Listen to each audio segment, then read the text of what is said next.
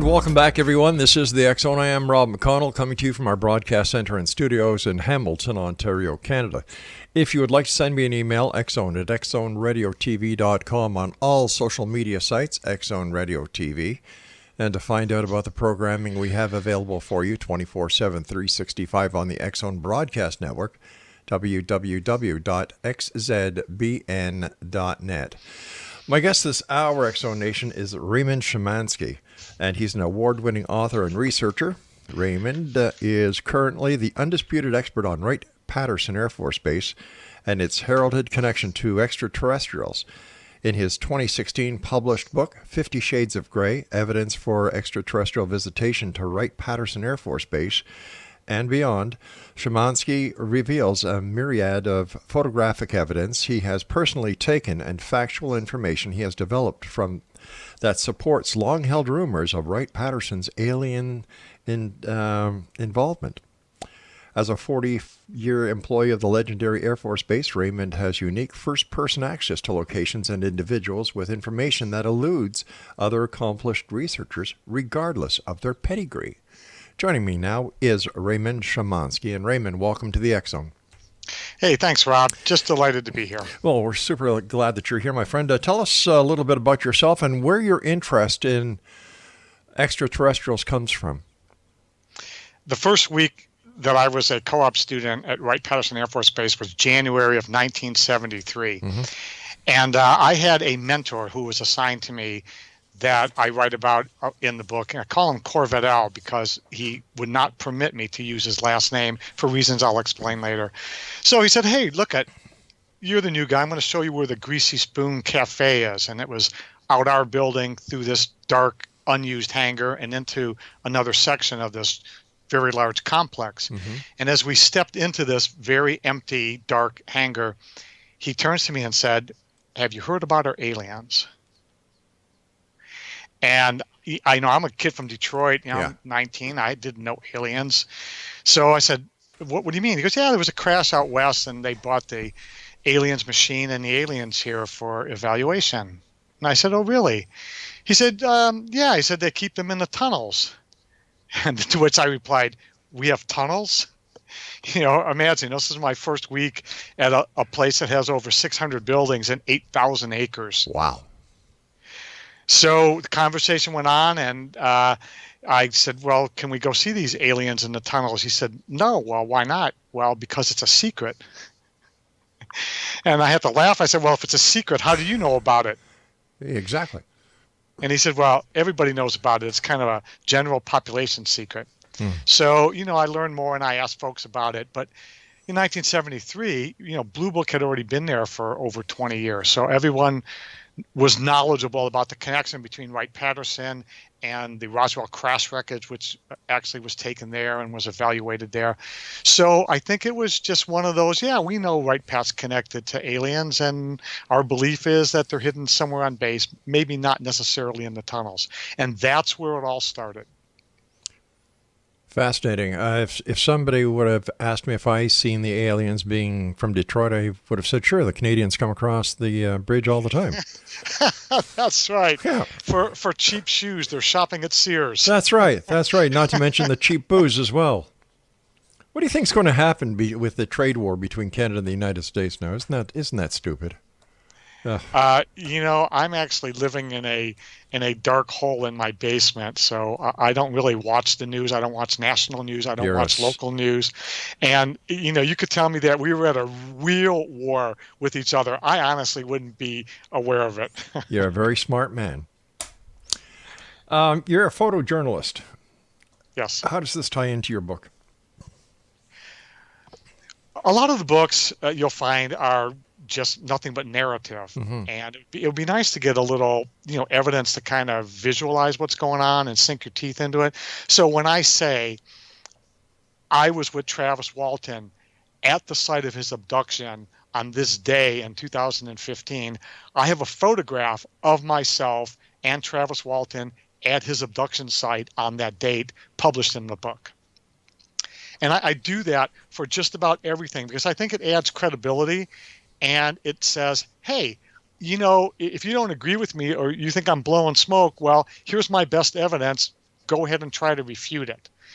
And I find that a lot of folks are telling stories in their books, and I've actually called out a couple of authors and pointed out stories that I knew were false, and they just kind of blew me off. But, in one case, it was a story about a person who was actually my boss at Wright-Patterson, and I called the co-authors on it, and they just went, oh, well, we had a source, and he was unreliable, and did they do anything about it? No. So I like to put some extra evidence in there to build the credibility of the stories that I tell in the book. Why did you write a book about UFOs? You could have written a book about so many other things. Was it the direct connection with Wright-Patterson? I had been reading and researching this topic for decades. And I started to visit, back in about 2005, I started to visit a number of the famous UFO sites just as a curiosity to kind of go, okay, I want to poke my fingers into this thing. I want to see if I can find some new witnesses, maybe some old witnesses, some older new evidence. I wanted to convince myself that the stories that I'd been hearing for decades on the base had some substance to them. Did you find a connection in between all those locations that you visited? Was there, being there, taking the photographs that you have, is there a connection? Or are these just sporadic locations where these extraterrestrial events took place? Well, let's look at 3 of the 4 stories that I investigate. I investigate the 1965 Exeter, New Hampshire, 1975 Travis Walton, and 1980 Rendlesham Forest. So in the first instance, I went to Exeter, and in the book, Incident at Exeter, written by John Fuller, famous book about it, I actually was able to find, through my own research and some clues in the book, the site, the actual site where Norman Muscarello in September of 1965 saw a 90-foot UFO hovering over this farmhouse. So I go to this farmhouse, and who answers the door but the son of the man who owned the farm during the time that John Fuller wrote his famous book. And at the time, this guy was 80 plus years old, and he toured me around the farmhouse and pointed the area over the house and the garage and said, that's where Norman saw the 90-foot UFO. Wow. That rock wall over here is where he dove behind. Took me to the back property and said, this is where the UFO was hiding out during the day. So I found that the connection, there was always a witness who would talk to me, even though, they had gotten it secondhand. He obviously wasn't out there with Norman. Sure. And I did that for everything. Of course, I went to Travis Walton's site with Travis, and I went to Rendlesham Forest to investigate, and I've had personal conversations with some of the key players, including Colonel Halt and John Burroughs of the famous Rendlesham incident. But isn't there a discrepancy in the Rendlesham Forest on how it was actually put together in the book? Well, it depends on what book you're talking about. If you're talking about Left at Eastgate, there's a lot of controversy there because many people, including Colonel Halt, who was the deputy base commander, right, he says Larry Warren, who is one of the co-authors of the book, wasn't there. Yeah. He did not participate, and he got his stories through everybody else. But the story that Halt, Burroughs, Peniston, Cabansag, the guys that were out there those nights and were basically on duty, their stories are immutable, and for the most part, they sync up. Yeah, I remember Holt being on a different perspective with Kevin Randall, and Kevin, bringing that topic up. Do you find this happens a lot in ufology? That what happens a lot? There's a lot of contradiction even in between the alleged people who are part of the case. Well, let's take Rendlesham. I've had healthy conversations with Colonel Halt and John Burroughs, and I've communicated with Jim Peniston via email.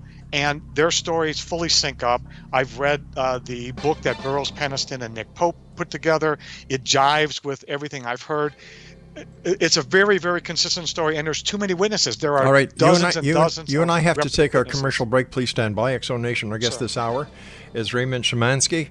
And his website is www.itsaufo.wixsite.com. We'll both be back on the other side of this break as we continue here in the X Zone from our broadcast center and studios in Hamilton, Ontario, Canada. Don't go away.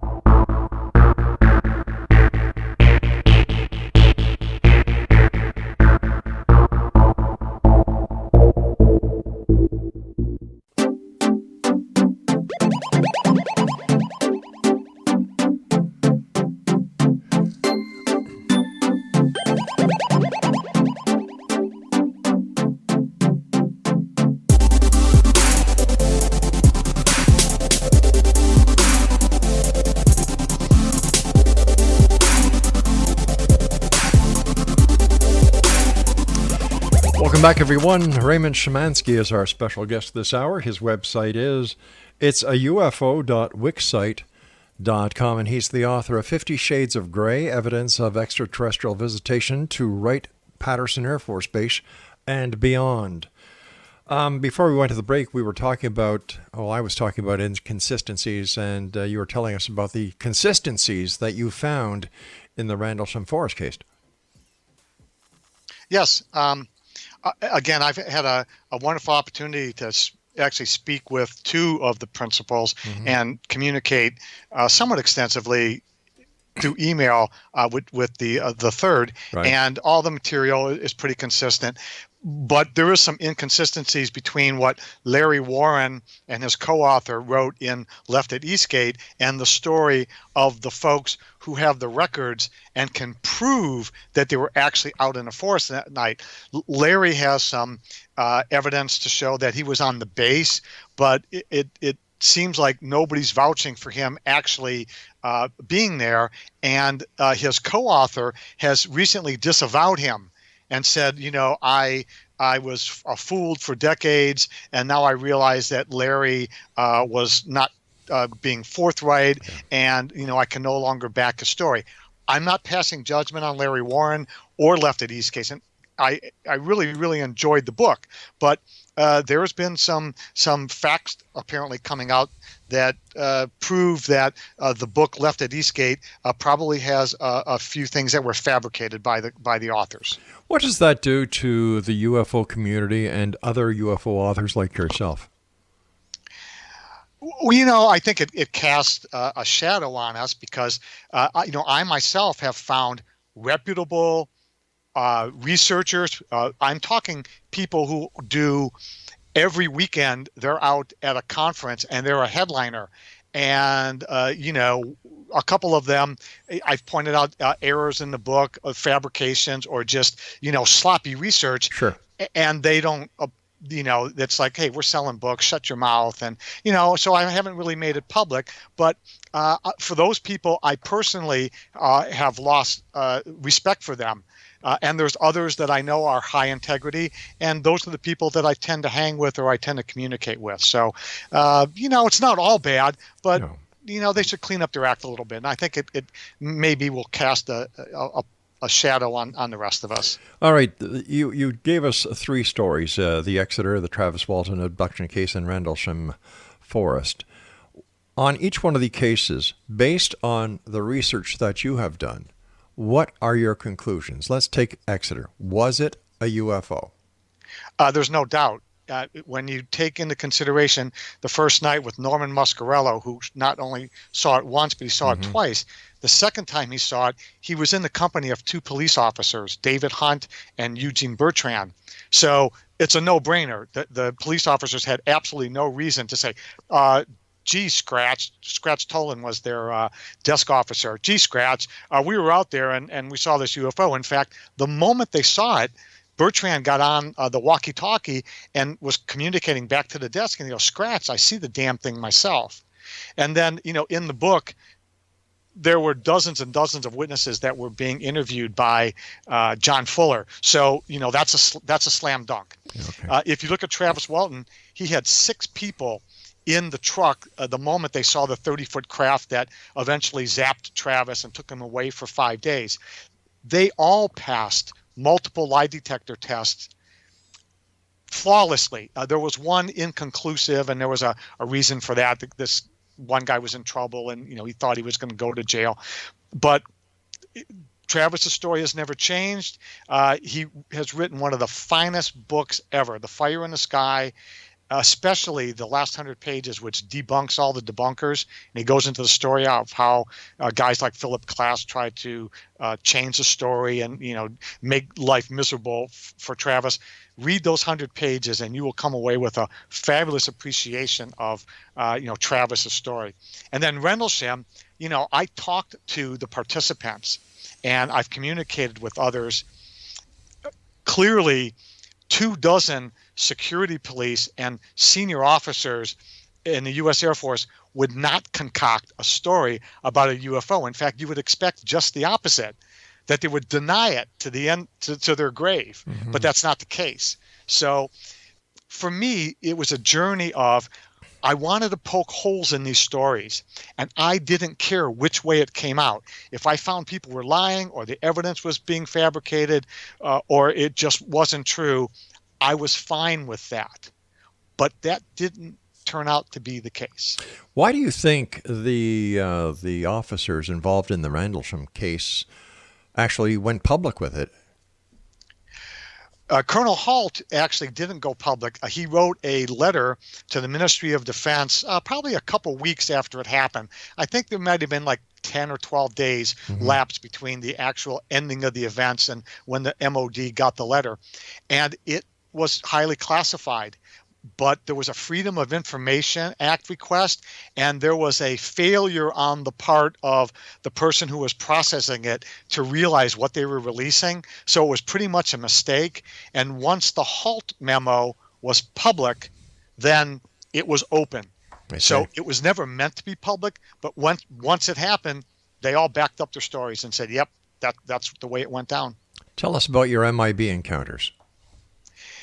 Well, there's a organization here at Wright-Patterson Air Force Base that ran Project Blue Book, and it's called the Foreign Technology Division. Now it's called the National Air and Space Intelligence Center, or NASIC. So they have a different acronym.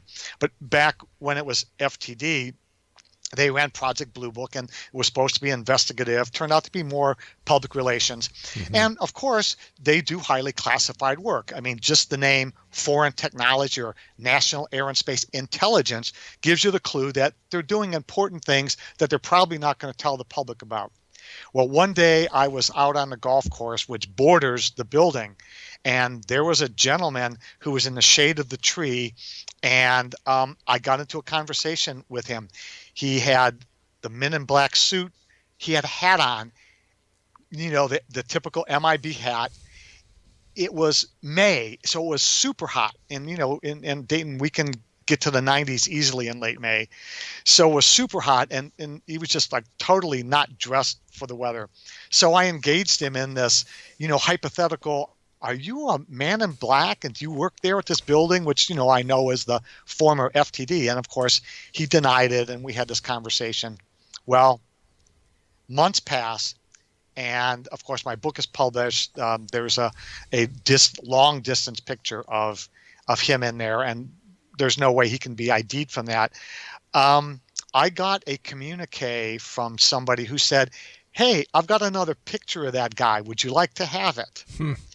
And they sent it to me, and indeed, it's a picture of this guy actually walking into that building, and he is dressed precisely black hat, black tie, black coat. Now, is he a man in black? Well, based on what he's wearing, sure he is. Based on what he's wearing, walks like a duck, talks like a duck, he's most likely a duck. I honestly don't know. I've had people who work in that building or who know the individual have contacted me and said, read your book. I just want to tell you, I know he dresses weird. but I don't have any evidence of him being one of these intimidators that go out and try to hide evidence of UFOs that they're reputed to be doing. But then again, I just say, well, explain to me why the guy dresses like that. So the jury is still out, but I've had this conversation. He's denied it. But when I look at him and I talk to him, my suspicions are raised significantly.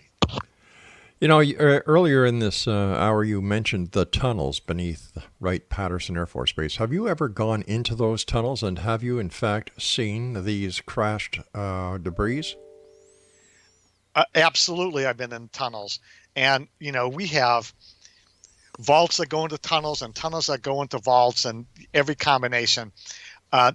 I'm afraid I wasn't privileged enough to see any aliens, but they're mostly pedestrian connective tunnels, or they run heat pipes and electricity, right, and mostly utilities through the tunnels. Even though some of them you can literally walk through, so nothing sinister. And if you're at Wright-Patterson Air Force Base, you know the reputation of the base. They do highly classified work. You would be shocked if they didn't have tunnels, if they didn't have vaults. Well, of course, who wants the spy satellites from the other countries knowing what you're doing? It only makes sense. Yeah, if that's yep, the purpose of the tunnels, that's fine. But the tunnels I've been in, I haven't really seen any research equipment sitting there in the pedestrian thoroughfare. Now, it may be in one of the vaults that's in that hallway, of course. Stand by, my friend. You and I have to take our commercial break with the news at the bottom of the hour. Exonation, our guest this hour is Raymond Szymanski. And his website is www.itsaufo.wixsite.com. And I'll be back on the other side of this news break with Raymond as we continue talking about his book, 50 Shades of Grey, Evidence of Extraterrestrial Visitation to Wright-Patterson Air Force Base and Beyond. This is the X Zone, a place where people dare to believe and dare to be heard, a place where fact is fiction and fiction is reality, Monday through Friday from 10 p.m. Eastern until 2 a.m. Eastern, here on the X Zone Broadcast Network, Mutual Broadcast Network, Talkstar Radio Network, Simul Radio, Simul TV, and iHeartRadio. Don't go away, we'll be back after the news.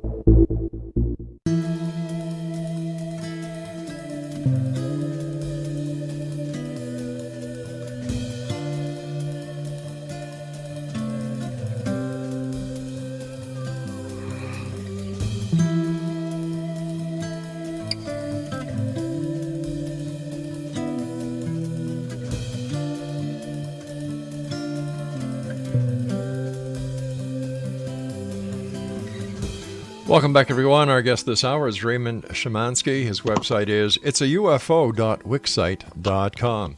Your book's been endorsed by 4 world-class UFO researchers. Can you tell us a little bit about them and how they came to endorse your book?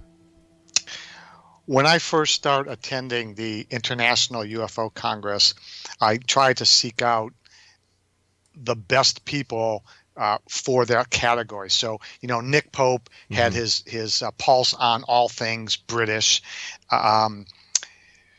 Yvonne Smith was one of the world's premier hypnotic regressionists. Paul Davids was very well known. He was a UFO Hall of Famer, well known for his work on the movie Roswell. And Preston Dennett for his work in undersea UFOs, but more specifically, his book, UFOs over Topanga Canyon. So as I had the opportunity to meet them, I socialized with them, asked them a lot of intelligent questions, and communicated with them in between these conferences via email, sometimes via telephone. And The way that I got to actually, the moment that I decided to write the book on UFOs is I was at that Travis Walton site with Travis in February of 2015. And something just clicked where I said, I have all this good stuff, all this great information I think that needs to get out there. And the fact that Travis let me drive him in a 4x4 slip sliding through the Apache Sitgreaves National Forest on 3 inches of mud to go do a photo shoot and visit his site. I just felt at that moment that, I was part of this community. And one thing led to another. I gave the manuscript to these individuals. They read it. They gave me great comments, some criticisms, and eventually they just agreed to support the book. They thought it was great. It was, revealing. It's a UFO expose. It's a quest for the truth. It's a coming of age story. It's funny. And they just took to it. So they welcomed me with open arms, and I'm extremely grateful for their support. I understand that you had your very own UFO encounter, experience, or sighting. I did. And when I look at the path that the UFO was on. Now, I live only a few miles from the Air Force Base, Wright-Patterson, and I was coming back from a therapy appointment. I had a car accident in 2010, and I was coming back from a medical appointment, and I looked through, something caught my eye through the moonroof of my car, and I poked my head down through the windshield looking forward, and I saw a craft. It's hard to describe now, but somewhat scalloped with large lights like you would see on a 1960s era Chevrolet called cat eye lights. And I got about a 7-second view of this maybe 100-foot craft slipping into these clouds that were only about 75 feet off the deck that day. Is it possible that this craft was an experimental craft?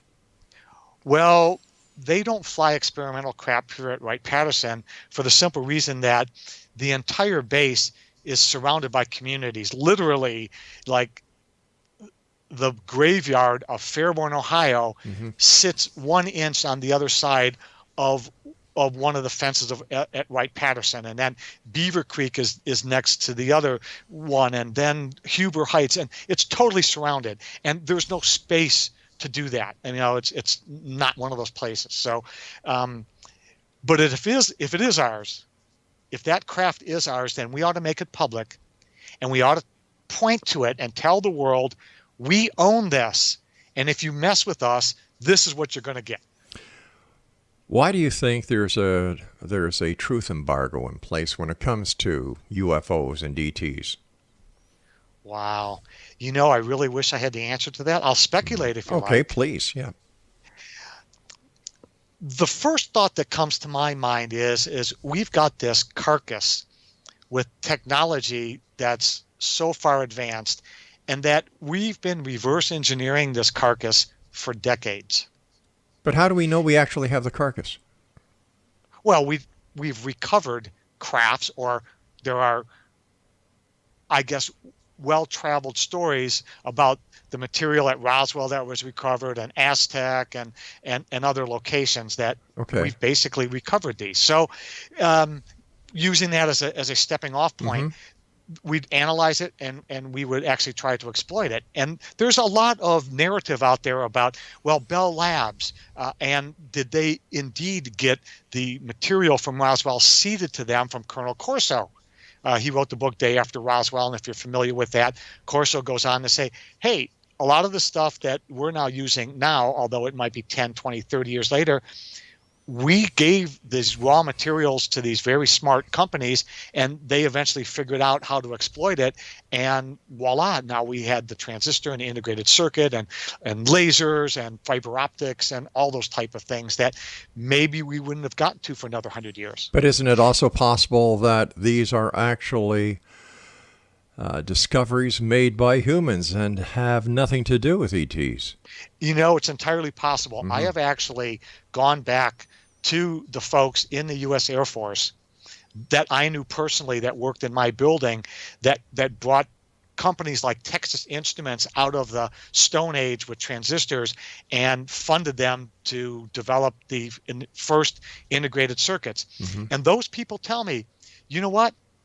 We did it ourselves. We didn't have any help. Yeah. Well, that may be true when they came on the scene, but if you look at the Bell Labs thing, Bell Labs was struggling for how to dope the transistor, what kind of chemicals to use so that they could control the electron flow in the transistor. And it wasn't until after the summer of 1947, when, of course, Roswell happened, that somebody got smart and says, oh, we need to use arsenic as a doping material, or whatever it was. Sure. And voila, they overcame this technical hurdle. Next thing you know, we've got a functioning transistor. But coincidence? yeah. Not sure. Not sure. There's a lot of circumstantial evidence with all of the UFO scenario, but when it comes to hardcore evidence, there's very little. I have to agree. There is a ton of narrative. Yes.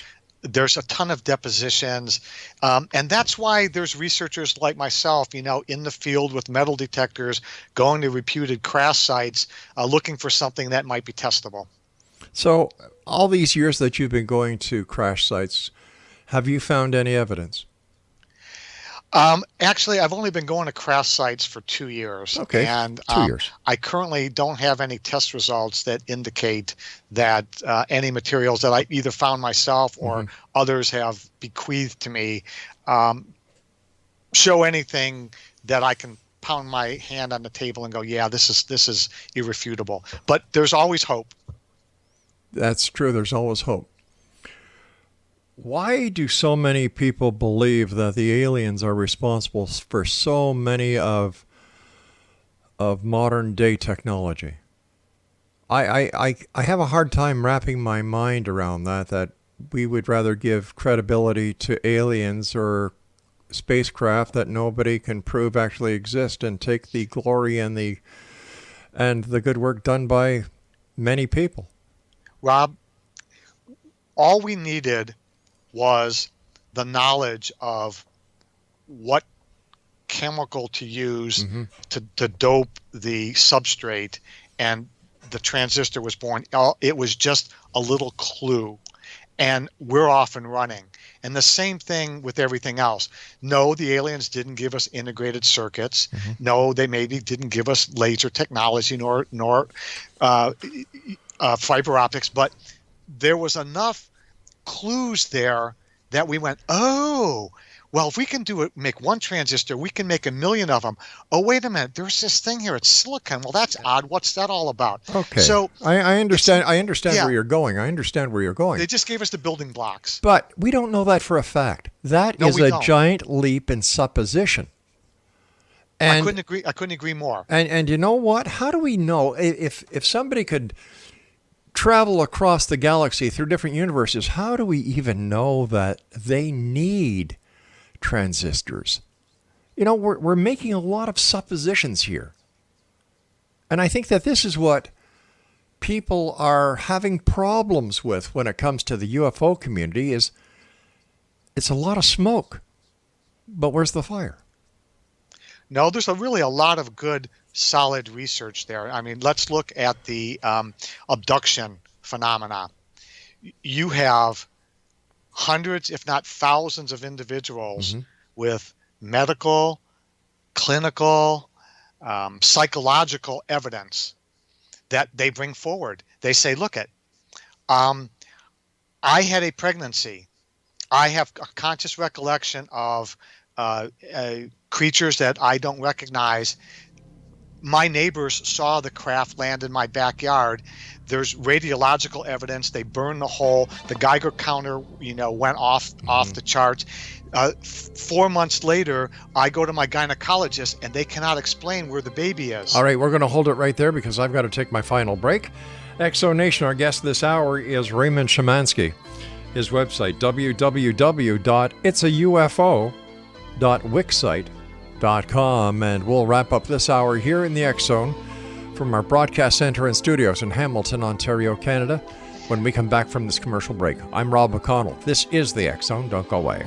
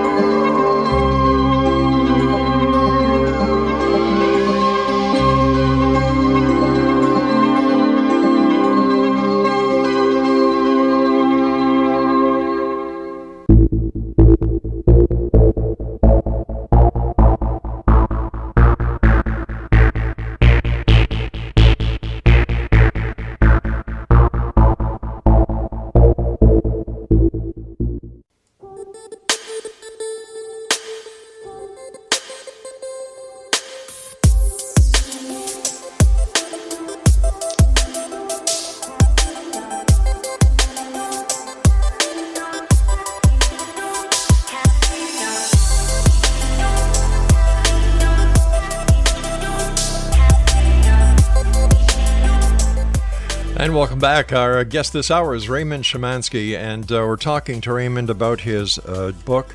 It's entitled 50 Shades of Grey, Evidence of Extraterrestrial Visitation to Wright-Patterson Air Force Base and Beyond. His website is itsafo.wixsite.com. Tell me, do you have a photograph of an actual UFO in your book? I do not. Then how can you call your book 50 Shades of Grey, Evidence of Extraterrestrial Visitation to Wright-Patterson? It's actually, you've been mispronouncing it the entire show. It's actually 50 Shades of Greys. That's plural, G-R-E-Y-S. And you've been using the singular, which tells me what kind of smut you've been reading.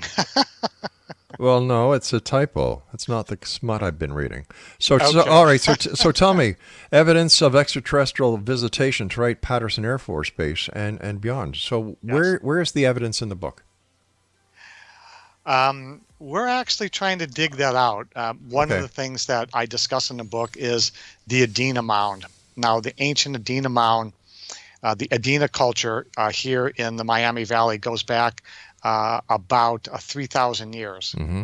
And there's a very large Adena mound here on the base.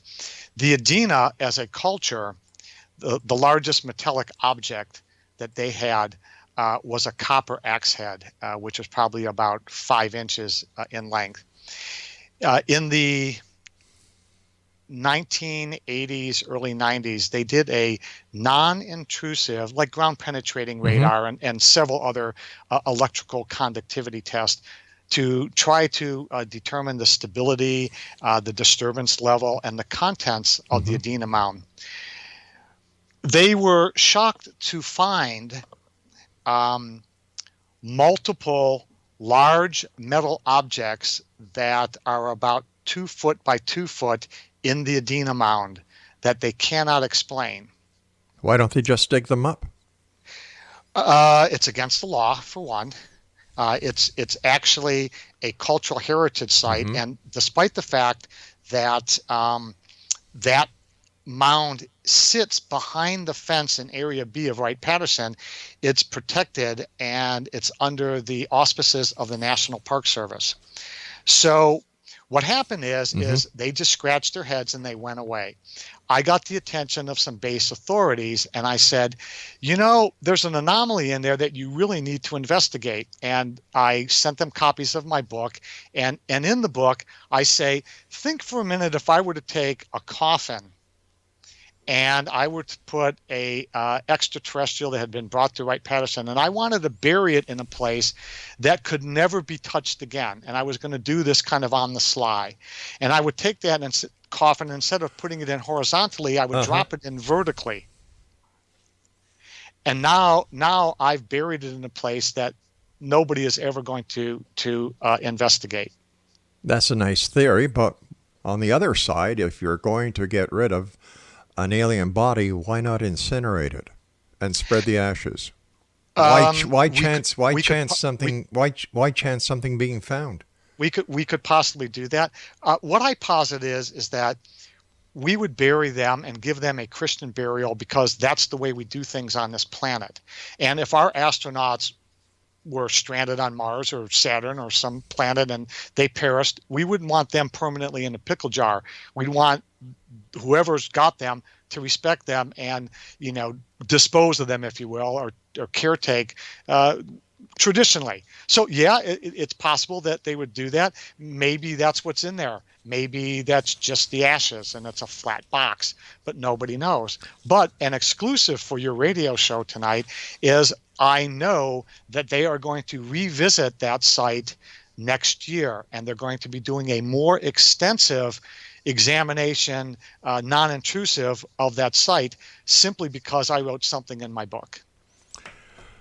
Fascinating. Before the break, we started talking about alien abductions, and when we came back from the break, I kind of sidetracked. But I'd like to get back on that if you don't mind. You were saying that there are thousands of people, and fetuses removed from the bodies. We've all heard these stories. But if this is happening and the authorities are doing nothing about it, what does that tell you? They are incapable of doing anything about it. That's what that tells me. Could it also be that there's nothing to investigate, that there are other explanations for what's going on? I'm actually writing a trilogy, and that's another exclusive for your radio audience. The second book in the 50 Shades of Grey's trilogy is all about the abduction phenomena, and therein I am going to provide clinical, medical, and physical evidence of the phenomena. Why are there not more medical personnel professionals? Because I don't classify a hypnotist as a professional in any category. I think they're sleight of hand artists in that they can actually get the person to talk about whatever they want to talk about. So I give hypnotism no credibility whatsoever. When I tell Yvonne, boy, she is going to put the voodoo on you. Well, you can tell her, and you can give her my number. I don't care. I think they're all a bunch of charlatans, a bunch of fakes, and I've told them this. I'm sending her this recording. No problem. And I'm sure you will hear from her. I don't care. I really don't. I'll tell her the same thing to her face. I thought the same thing. I don't believe it. I thought the same thing. Mm-hmm. And I appreciate your take on it. I actually got to witness something. A film crew came in. I got invited to be a witness to this session, this regression session. And I can tell you that I was fascinated. I was floored. I was convinced. Of course, I've only seen one, but Yvonne's reputation procedure. She's done thousands of them. I've had extensive interaction with Dr. Leo Sprinkle, who's now retired. I've talked to multiple people who do this, Barbara Lamb, Dr. Jacobs, and once you talk to these people and see what they do, and I've talked to these people. You've got to come away with a different opinion. I've talked to all of the people that you've mentioned, and my opinion hasn't changed. Well, that's okay. That's your position, and I respect that. And why you don't, that's your own choice. Well, because the reason I don't is because there is never any evidence. It's all hearsay, nothing that is tangible, nothing that can provide evidence. Well, what I already provided to you was, let's look at the scoop marks, for example. One of the very common type things are unexplained scoop marks, very deep retrievals, like a small mini spoon has been used to just gouge out a part of the shin or the calf or the arm. Let me ask you. I've seen them. People said, look at, my parents cannot explain it. I cannot explain it, but I can associate that with a conscious memory of being floated out the window of my home. Okay, when was the last time a report of an alien abduction has come across anybody's desk who's credible? You mean, why isn't it on Fox News, or is that the question? Yeah, how come the accredited news agencies don't report it anymore? Because they're sick of the mumbo jumbo. Well, you could call it that, but I can tell you, I was recently on Fox and NBC, and they were very curious about the whole phenomena. I didn't get any like, oh, well, here comes Ray, Crazy Ray. Yeah. Well, Crazy Ray has got sterling, impeccable credentials and worked, for a research laboratory for the U.S. government for nearly 4 decades. So they were willing to listen to me, because I'm not claiming I'm being beamed up, and I don't believe I've ever been abducted, and I only had one sighting. So, as a scientist, I'm trained to investigate and sort through this stuff. And as you said, there is a lot of smoke here, and there's a lot of fire. And I really hope that someday the evidence that will convince you, is out there for your sake. Well, it's not going to affect me either way. I think what it does is it perpetrates a lot of money for the UFO industry. I think that a lot of books are being sold, and I'm not, there's a lot of crap out there. And ever since the advent of the internet, in my opinion, is the largest septic tank that mankind has ever created, because there's more crap in it than there is anything else. Everybody's become an expert on everything. Anybody who has a little story to tell can fabricate it, blow it up, make it sensationalized. When a movie comes out from Hollywood, everybody's into the UFO genre. And, you take a look at Roswell, the Roswell Festival.